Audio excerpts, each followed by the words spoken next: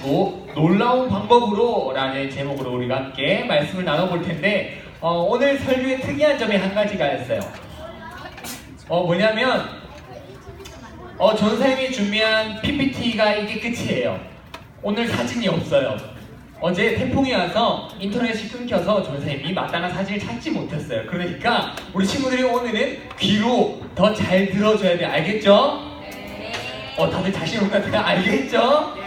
네, 좋아요. 자, 한번 우리 말씀 속으로 들어가 보도록 하겠습니다. 오늘 말씀은 여호수아와 이스라엘 백성들이 요단강을 드디어 건너는 이야기예요. 요단강을 드디어 건너는 이야기인데 우리 매일 성경을 매일매일 한 친구들 여호수아 2장에는 어떤 말씀이 나올까요? 그래요. 우리는 아무도 매일 성경을 하지 않는 걸로 밝혀졌어요. 알겠어요. 못 외울 수 있어요. 맞아요. 미안해요. 자, 여호수아 2장에 보면 이스라엘 백성들이 정탐꾼을 2명을 보냅니다. 여리고라는 성으로 정탐꾼, 그러니까 스파이를 2명을 보내서 여리고가 어떤지 조사하게 하고 믿음의 사람 라합을 만나서 그 사람의 도움 덕분에 이스라엘 백성들이 정탐을 다 마치고 돌아와서 이스라엘 백성들과 여호수아에게 저 성엔 하나님께서 말씀하신 그곳이 맞습니다. 저것을 하나님이 우리에게 주셨어요. 우리 가면 돼요. 라고 희망찬 그런 말씀을 나누는 그런 말씀이 여호수아 2장에 적혀있어요. 여호수아서 3장에 보면 이제 이스라엘 백성들이 요단이라는 강을 건널 준비를 합니다.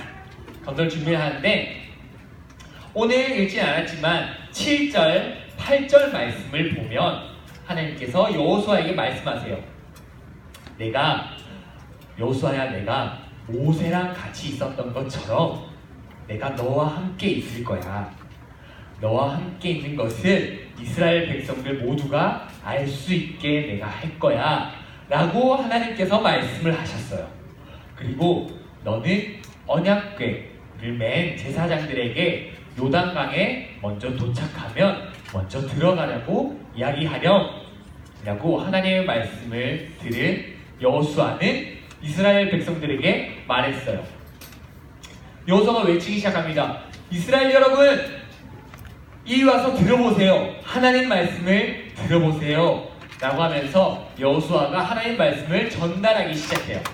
하나님께서 이스라엘 백성들에게 2가지를 알게 될 것이라고 하셨어요. 첫 번째는 살아계신 하나님이 항상 함께 하실 것이라는 것을 알게 하실 것이고요.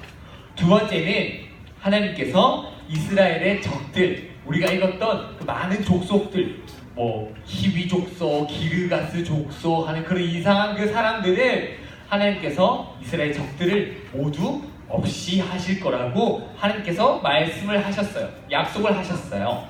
어떤 방법으로 하나님께서 이 적들을 쫓아내시고 하나님의 살아계신 것을 어떻게 드러내시는지 우리가 오늘 말씀에서 보게 될 거예요.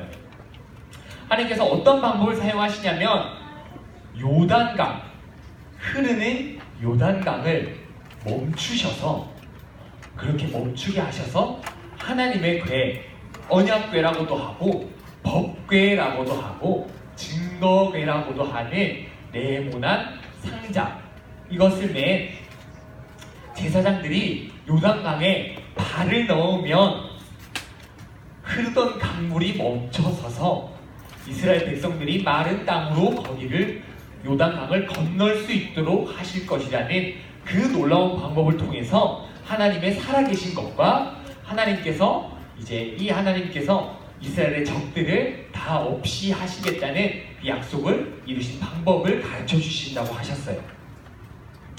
그렇게 해서 이스라엘 백성들이 요단강이 막 흘러내려가다가 쫄쫄쫄쫄 내려가다가 이스라엘 백성들이 제사장들이 언약궤를 메고 발을 강에 딱 내딛는 순간 물이 멈춰서서 그것을 보고 그리고 마른 땅을 건너는 것을 보면서 우와! 하나님이 진짜 살아계시는구나. 하나님이 그 약속을 진짜 이루시는 하나님이신가 보다 라는 생각을 하게끔 하도록 하나님께서 약속을 하신 거였어요. 드디어 이스라엘 백성들이 요단강 앞에 딱 섰어요. 요단강 앞에 딱 섰는데 이스라엘 백성들이 요단강 앞에 섰을 때가 언제냐면 봄 때쯤에 이스라엘 백성들이 도착을 했어요. 참 좋게 하나님께서 그냥 요단강을 건너게 하시면 좋을 텐데 봄이 되면 요단강은 저 높이 있는 높은 산에서 거기서 내렸던 눈들이 녹아서 그 물들이 내려와서 요단강으로 흐르는 강이었어요. 봄이 되면 그럼 물이 많아질까요? 적어질까요? 많아져요. 물이 많아져서 이스라엘 요단강이 있으면 요단강 옆을 항상 넘치는 강이 되어요. 엄청 넘치는 그런 강이 되는데 하나님께서 날씨 조금 적당한 날에 그냥 첨벙첨벙해서 좀 다리 좀 접고 말지 하고 건널 수 있게 하시면 좀 더 편할 텐데 물이 넘쳐서 건너기가 너무 힘든 요단강을 하나님께서 건너라고 말씀을 하세요. 우리 친구들 어제 태풍이 왔어요, 맞죠? 태풍 링링이 왔어요, 맞죠? 네, 어제 시골에서 왔는데 맞아요. 자, 태풍이 왔는데 네, 알겠어요. 태풍이 왔는데 어제 태풍은 전도사님이 느끼기에는 바람이 엄청 많이 불었던 것 같아요. 맞아요?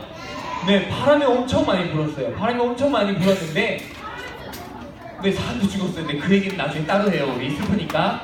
자, 이렇게 바람이 많이 부는 태풍이었는데 사실 태풍에는 바람이 많이 부는 태풍도 있지만 비도 많이 내리는 태풍이 있어요.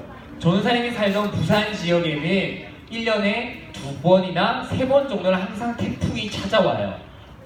안 찾아왔으면 좋겠는데 찾아와요. 찾아와서 이렇게 비를 많이 내리기도 하고 많은 사람들이 다치거나 아프기도 하는데 비가 많이 내리는 태풍이 오면 부산이나 아니면 많은 지역들이 비가 너무 많이 오면 홍수가 나요. 물이 넘쳐요.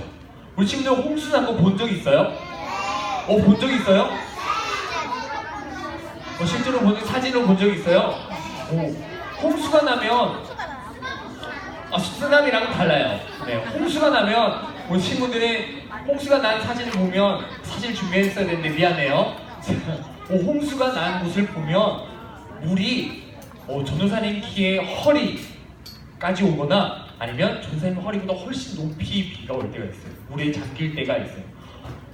그럴 때가 있거나 아니면 우리 친구들 계곡에서 논 적이 있어요 혹시? 좋아요. 계곡 많이 가는군요. 계곡에 그러면 갑자기 비가 내려서 계곡물이 넘치는 거 본 적 있어요? 그런 적이 있어요. 우리 친구들 여름이 다 지나가지만 꼭 명심하세요. 비가 오면 계곡에 가면 안 돼요. 자, 이거 생활 상식입니다. 자, 비가 오면 계곡에는 물이 엄청 빨리 불어나요. 그래서 매년 여름만 되면 비가 올 줄 모르고 계곡에서 놀다가 계곡에서 그렇게 쉬던 사람들이 비가 와서 갑자기 계곡에 갇히게 되는 사고가 굉장히 많이 일어나요. 그 사람들이 1구 소방대원 아저씨들이 구출해 주신 거 본 적 있어요? 막 로프 타고 막 매달려서 가는 거 본 적 있어요? 중국에서 되게 자주 일어나는 일인데 내년 되면 한번 뉴스 한번 보세요. 전생 말씀이 생각난다면. 네, 그런데 계곡물이 그렇게 넘치면 사람들이 들어갈 수 있을까요? 없을까요? 맞아요. 119 아저씨 불러야 돼요. 근데 이때 119가 없었어요. 안타깝게도 이스라엘 백성들은 119가 없었어요. 그렇게 물이 넘칠 때 계곡을 들어가는 건 사실 하나님 저 이제 주님 곁으로 갑니다 라고 하면서 물에 몸을 맡기는 거랑 비슷한 거예요. 네, 그렇게 위험한 것인데 하나님께서 오늘 그걸 말씀하시는 거예요. 여호수아야 너는 제사장들에게 가서 언약궤를 메고 그 강에 들어가라고 말하렴. 그렇게 하나님께서 말씀하신 거예요. 얼마나 난감했겠어요. 여호수아는 제사장들에게 제사장 여러분 하나님이 우리 보고 죽으래요 라고 하는 말씀이랑 비슷한 말씀을 전해야 되는 거였어요. 여호수아가 그 하나님의 말씀을 전했을까요? 전하지 않았을까요? 전했어요. 여호수아는 제사장들에게 말을 했어요. 하나님께서 언약궤를 메고 여러분들이 먼저 그 땅에 들어가면 하나님께서 요단강을 막으셔서 우리가 건너갈 수 있게 해주실 거래요 라고 했어요. 그러면 제사장들은 어떻게 생각했을까요? 제사장들도 여호수아가 우리 보고 죽으래 라고 하는 소리를 듣고 제사장들은 그 말씀에 순종했을까요? 순종하지 않았을까요? 다행스럽게도 이번엔 순종을 했어요. 제사장들이 싸울 건 아니에요. 자, 그럴 수 있어요. 틀릴 수 있어요. 괜찮아요. 전사는 알려주면 돼요. 제사장들이 순종했어요. 하나님 말씀에 순종해서 그렇게 강물이 넘치는 그 요단강에 발을 먼저 내딛게 되었어요. 온 땅의 주인인 하나님의 언약궤를 메고서 가장 먼저 발을 내딛었어요. 그렇게 이 제사장들의 발바닥이 땅에 닿았을 때, 강 바닥에 닿았을 때 어떤 일이 일어났을까요?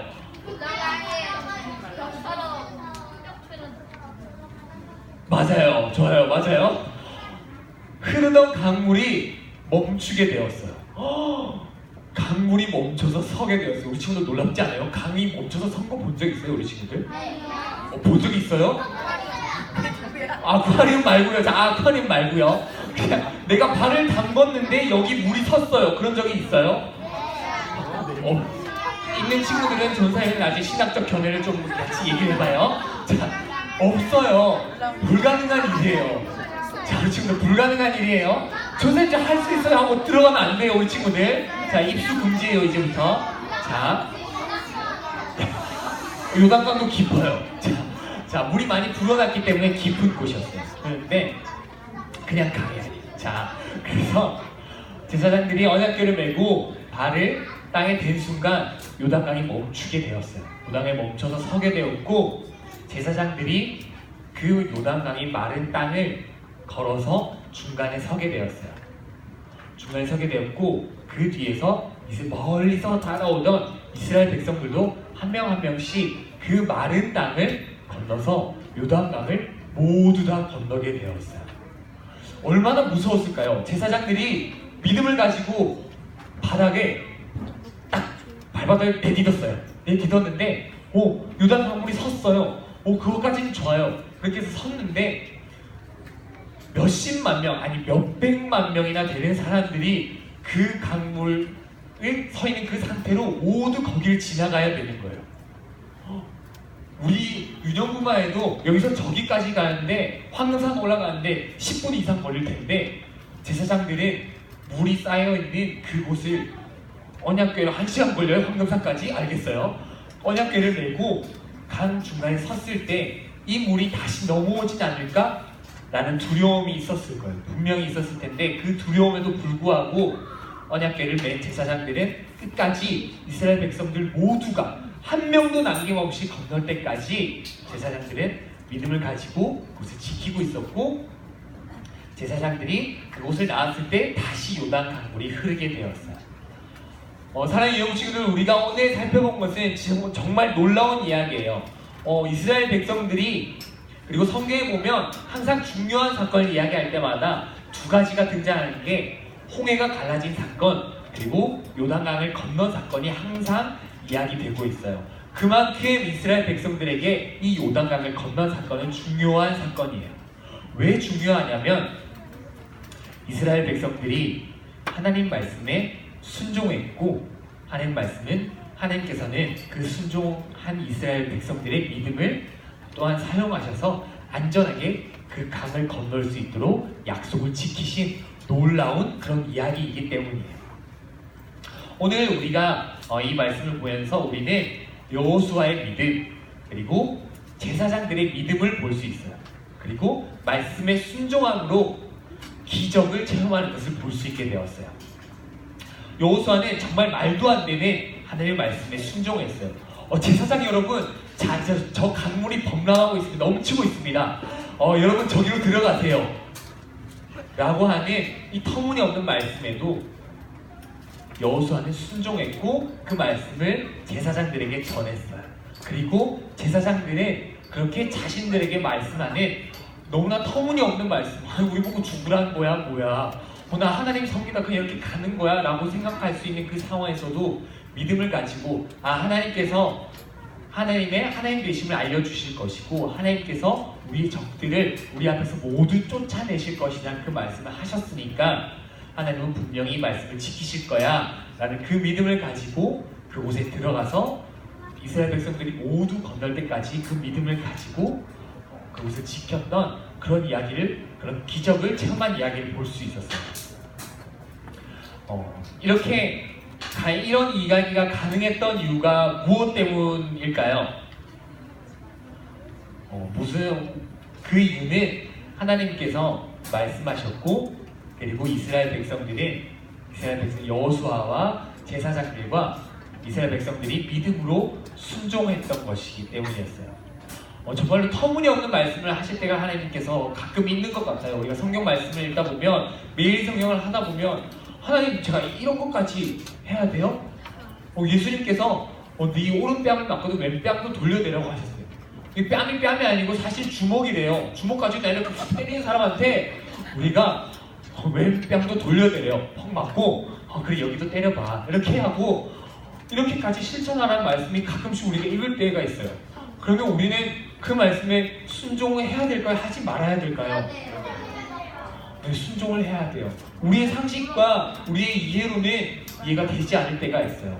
하나님, 제가 이런 것까지 해야 돼요? 이거 하다가 저 정말 아프거나 제가 너무 힘들어지면 친구들한테 왕따 당하거나 놀림 당할 수 있잖아요. 하나님, 그렇게 생각하는 우리에게 하나님께서는, 얘들아, 나는 항상 너희와 함께 있어.